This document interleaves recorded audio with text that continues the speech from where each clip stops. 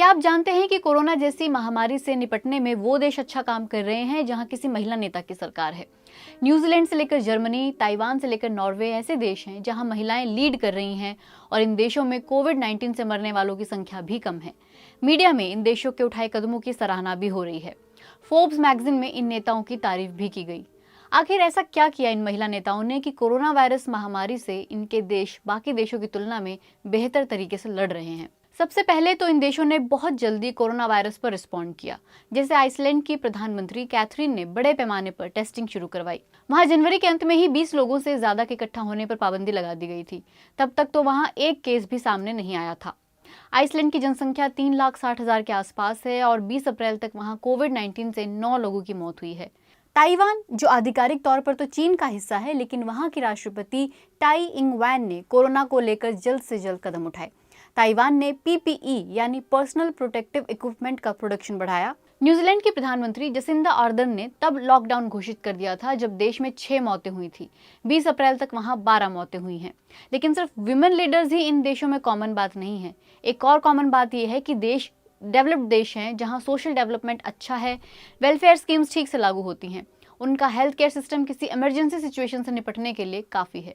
किसी देश में महिला लीडर का होना उस देश के बारे में क्या बताता है?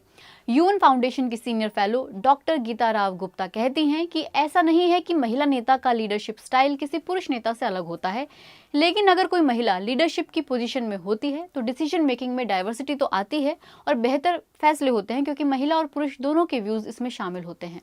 किंग्स कॉलेज लंदन में global institute for women's leadership की डायरेक्टर रोजी कैंपबेल कहती हैं कि लीडरशिप स्टाइल पुरुष और महिलाओं में पैदाइशी नहीं होता, लेकिन जिस तरह से हम सोशलाइज्ड होते हैं उसके मुताबिक ऐसा माना जाता है कि महिलाएं ज्यादा सहानुभूति रखने वाली और सबको साथ लेकर चलने वाली लीडर्स होती हैं। हालांकि इसमें भी एक्सेप्शंस तो हो सकते हैं, जैसे कुछ ऐसे देश भी हैं जहां महिला लीडर्स हैं और इस वायरस से निपटने में वे संघर्ष कर रही हैं, जैसे कि बांग्लादेश।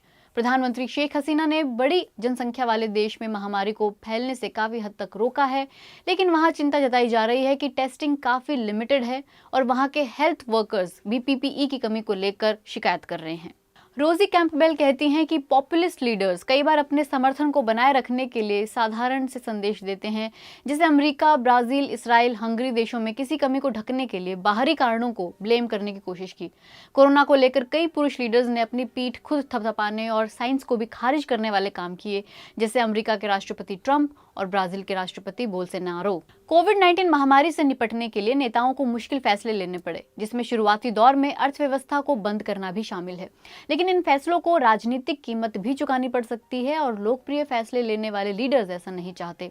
लेकिन वहीं कई महिला नेताओं ने लोगों का विश्वास जीता, उन्हें खुले तौर पर पारदर्शिता से बताया कि उनके देश को किन चुनौतियों का सामना करना पड़ रहा है। जर्मनी में एंगेला मर्केल ने शुरुआत में ही इस बात को माना कि कोविड-19 एक गंभीर खतरा है। पूरे यूरोप में उनके देश ने सबसे ज्यादा टेस्ट, ट्रेस और आइसोलेट करने की योजना को लागू किया। तकरीबन 8.5 करोड़ की जनसंख्या वाले देश में 4600 से ज्यादा मौत हुई। नॉर्वे और डेनमार्क में भी महिला प्रधानमंत्रियों ने बच्चों के लिए प्रेस कॉन्फ्रेंस की, जिसमें कोई एडल्ट अलाउड नहीं था। न्यूजीलैंड की प्रधानमंत्री ने भी ईस्टर त्योहार को लेकर बच्चों के कंसर्न्स पर बात की।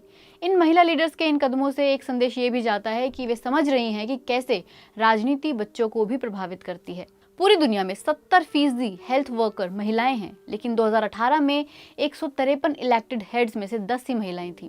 दुनिया की सभी संसद को मिलाकर देखा जाए तो सिर्फ 1/4 महिला सांसद हैं।